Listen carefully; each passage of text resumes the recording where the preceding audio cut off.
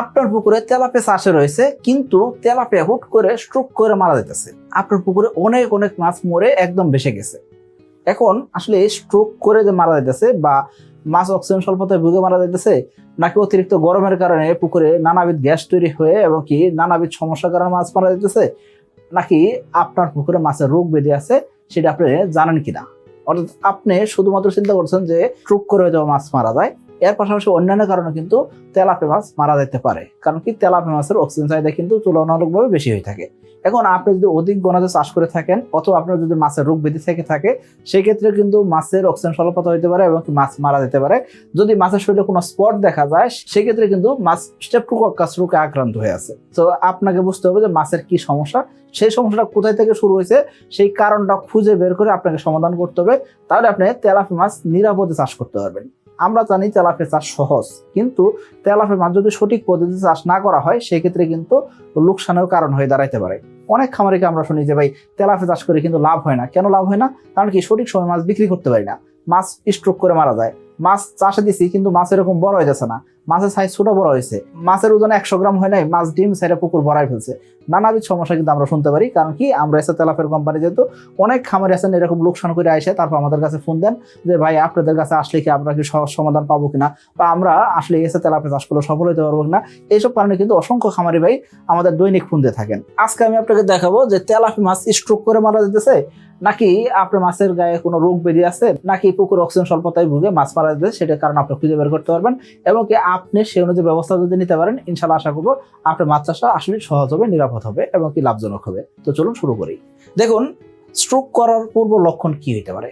মাছ stroke করে মারা যেতেছে, এর পিছনে কারণ হতে পারে আপনার পুকুরে অনেক বেশি ঘনত্বে মাছ রাখছেন, মাছ সকালে এবং বিকালে ভাসে। আজকে যদি হঠাৎ করে দেখেন অতিরিক্ত গরম পড়ছে, এই ক্ষেত্রে পানির গভীরতা কম, অন্যদিকে পানির অবস্থা খারাপ এবং পুকুর গ্যাস আছে, এরকম সমস্যা যদি একসাথে থাকে, সেই ক্ষেত্রে মাছ স্ট্রোক করতে পারে। এবং কি মাছের সাইজ কিন্তু 200 গ্রাম 300 গ্রাম হয়েছে এরকম মাছ কিন্তু স্ট্রোক করে না, সচরাচর 500 গ্রাম প্লাস ওজনের মাছ স্ট্রোক করে থাকে। অর্থাৎ বড় সাইজের তেলাপিয়া 500 গ্রাম 600 গ্রাম 1 কেজি ওজনের তেলাপিয়া যদি থাকে, এরকম তেলাপিয়া সচরাচর স্ট্রোক করতে পারে। তবে এই ক্ষেত্রে কি কি কারণ দায়ী থাকতে পারে?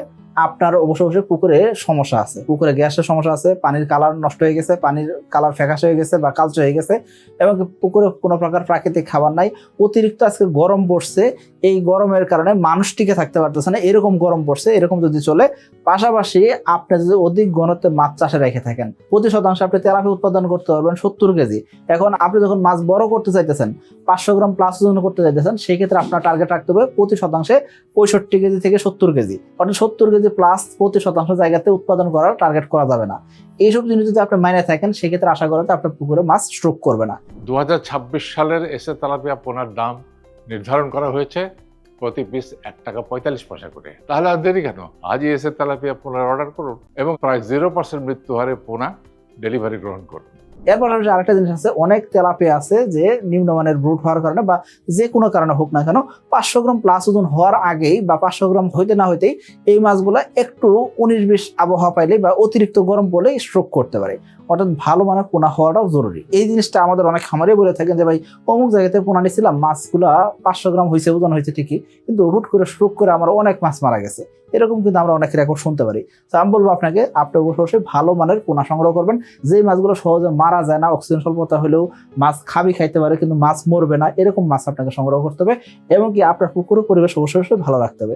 তা না হলে কোনোভাবে আপনি স্ট্রোক করা থেকে মাছ ঠেকাইতে পারবেন না বা মাছ স্ট্রোক করতেই পারে। কারণ কি আবহাওয়ার উপর আপনার হাত নাই, যখন অতিরিক্ত গরম পড়ে সেই সময় তো মানুষ পর্যন্ত হাঁপাই যায়, আর এই জায়গায় তো মাছ, হ্যাঁ, সে তো পানিতে থাকতে যায় ঠিক আছে, কিন্তু পরিবেশ তো আপনি ভালো রাখেন নাই, আবার ঘনত্ব বেশি দিয়ে রাখছেন। তো এইসব কারণে কিন্তু মাছ স্ট্রোক করতে পারে। তবে খেয়াল করবেন, স্ট্রোক করার সচরাচর খুব কম ঘটনা ঘটে, তেলাপিয়ার ক্ষেত্রে ঘটে, কিন্তু এটা যে রেগুলার ঘটবে এমন না। মানে 1000 খামারের ভিতরে 2-4-5 জন খামারের ক্ষেত্রে এটা হইতে পারে। আবার অধিকাংশ খামারি বাড়িতে আমরা 300 গ্রাম 200 গ্রাম 250 গ্রাম তেলাপিয়া উৎপাদন করলে বিক্রি করে দিই। অর্থাৎ 500 গ্রাম বা 400 গ্রাম 600 গ্রাম 800 গ্রাম এরকম তেলাপিয়া উৎপাদন খুব কম খামারি করে থাকে। তো আমি বলবো আপনাকে স্ট্রোক করা নিয়ে এত চিন্তা করার কিছু নাই। তবে এখানে একটা জিনিস খেয়াল করতে হবে, আপনার মাছ স্ট্রোক করছে কিনা সেটা আপনি বুঝবেন কিভাবে, সেটা আপনাকে একটু ধারণা রাখতে হবে। আমি আপনাকে জিনিসগুলো বোঝানোর চেষ্টা করছি। তবে আমি আপনাকে আরেকটা ইনফরমেশন দিয়ে আসি। এই যে দেখতে পাচ্ছেন এখানে 1 কেজির আশেপাশে ওজনের একটা তেলাপিয়া, এটা কিন্তু মারা গেছে। এই মাছ শুধু একটা মাছ মারা গেছে। এখানে এই মাছটা কি সমস্যা, এই মাছটা স্ট্রেপ্টোকাস রোগে আক্রান্ত হয়েছে। দেখুন মাছের শরীরের গায়েও কিন্তু কাদা লেগে আছে, অর্থাৎ এ মূলত ছটফট করছে। একটা সময় কাদাতে গিয়ে সে কি করছে, মোটামুটি তার শরীর ঘষাঘষি করছে এবং কি মানে তার এলোমেলো সাঁতার কাটা অবস্থা ছিল। মাছ মারা যাওয়ার আগে এই অবস্থা করছে। এটা কিন্তু কোনোভাবে স্ট্রোক করে মারা যাওয়া না, এটা কি হয়েছে, এই মাছের স্ট্রেপ্টোকাস রোগ হয়েছে। তেলাপিয়ার ক্ষেত্রে এই রোগটাই সবচেয়ে বড় সমস্যা হয়ে দাঁড়ায়, কারণ কি আপনি যখন অধিক ঘনত্বে মাছ চাষ করতেছেন অথবা আপনার পুকুর পানি এরকম কালো হয়ে গেছে, এরকম যদি হয় সেই ক্ষেত্রে কিন্তু এরকম সমস্যা হতে পারে। অথবা আপনার পুকুর পানি যদি অতিরিক্ত সবুজ হয়ে যায় সেই ক্ষেত্রেও কিন্তু আপনার পুকুরে নানাবিধ রোগ ব্যাধি তৈরি হতে পারে। তবে অধিক ঘনত্ব পরিহার করতে হবে, যেসব মাছের স্ট্রেপ্টোকাস রোগ হয় সেই সব মাছের পোনা সংগ্রহ করা থেকে দূরে থাকতে হবে এবং আপনাকে অবশ্যই সঠিক মানের খাবার দিয়ে চাষ করতে হবে। পাশাপাশি পরিবেশ একটা দায়ী থাকে, পরিবর্তন হবে স্বাভাবিক, কিন্তু ওই অনুযায়ী আপনাকে পুকুর ব্যবস্থাপনার দিকেও খেয়াল রাখতে হবে। এরপর আসেন অক্সিজেন স্বল্পতার বিষয়ে। অক্সিজেন স্বল্পতা হলে মাছ এরকম করে অক্সিজেনের অভাবে কি করবে, খাবি খাবে। সো আপনার মাছ যদি খাবি খায় তার মানে বুঝতে হবে যে আপনার মাছের পুকুরে অক্সিজেন স্বল্পতা হচ্ছে। তো এইসব কারণ দেখে আপনি বুঝতে পারবেন যে আসলে আপনার মাছের কি সমস্যা হতেছে বা ওই সময় সমাধান কি হতে পারে, সেই জিনিসগুলো আপনার ব্যবস্থা নেওয়ার চেষ্টা করবেন।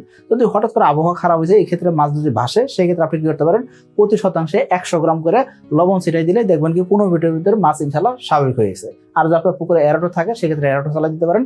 আর আপনি কি করবেন, খাবারটাও ওই বেলায় কম দেওয়ার চেষ্টা করবেন বা খাবার না দেওয়ার চেষ্টা করবেন। আর যদি আপনার মাছের রোগ ব্যাধি হয়ে থাকে সেক্ষেত্রে অবশ্যই প্রপার চিকিৎসা নিতে হবে। চিকিৎসা ছাড়া কোনোভাবে রোগ ব্যাধি থেকে ভালো করতে পারবেন না। কি ভাই, মাছ খাবার ঠিকই খাচ্ছে কিন্তু আশানুরূপ ফল পাচ্ছেন না, আর মাছ চাষে বারবার লস খাচ্ছেন, তাহলে আজই এসে তেলাপিয়া পোনা চাষ করেন। কারণ এসে তেলাপিয়া পোনা খায় কম, বাড়ে বেশি, আর তাই খামারি ভাইদের প্রথম পছন্দ এসে তেলাপিয়া পোনা। স্ট্রোক যদি করে বা স্ট্রোক করে মারা যাচ্ছে এরকম যদি হয় সেক্ষেত্রে অবশ্যই আপনাকে দেখতে হবে যে আসলে স্ট্রোক করার পিছনে কারণটা কি ছিল। যদি আবহাওয়ার কারণে হয় সেক্ষেত্রে একটু ঘনত্ব কমে চাষ করতে হবে। আর যদি আপনি সঠিক ঘনত্বে চাষ করতেছেন তারপর আপনার মাছ স্ট্রোক করে মারা গেছে, মাছ 500 গ্রাম 600 গ্রাম ওজন হয়ে গেছে, এখন অনেকগুলো মাছ মারা গেছে, এরকম যদি হয় সেক্ষেত্রে হয় আপনাকে ভালো মানের পোনা সংগ্রহ করতে হবে পরবর্তী চাষে, এবং আপনার মাছ যেগুলো চাষে আছে সেই মাছগুলো কিছু করে বিক্রি করে মাছের ঘনত্ব কমায় রাখতে হবে। পাশাপাশি পুকুর পরিচর্যার দিকে ভালোভাবে নজরদারি রাখতে হবে। আশা করি এই দিনগুলো যদি আপনি মানতে পারেন ইনশাআল্লাহ আপনার মাছ সুস্থ সবলভাবে বেড়ে উঠবে এবং আপনার মাছের কোনো প্রকার ক্ষতি হবে না। তেলাপিয়া মাছ খুব সহজ একটা মাছ চাষ এবং কি খুব শক্তিশালী মাছ, সহজে মারা যায় না। সো এই মাছের ক্ষেত্রে যদি রোগ ব্যাধি হয় তার মানে বেশিরভাগ কারণ কি হতে পারে, আপনি নিজে দায়ী হতে পারেন। সো এই দিনগুলো যদি আপনি মেনটেন করতে পারেন ইনশাআল্লাহ আশা করবো আপনি প্রতি 4 মাস অন্তর মাছ বিক্রি করতে পারবেন। সকলে ভালো থাকবেন, সুস্থ থাকবেন। আসসালামু আলাইকুম।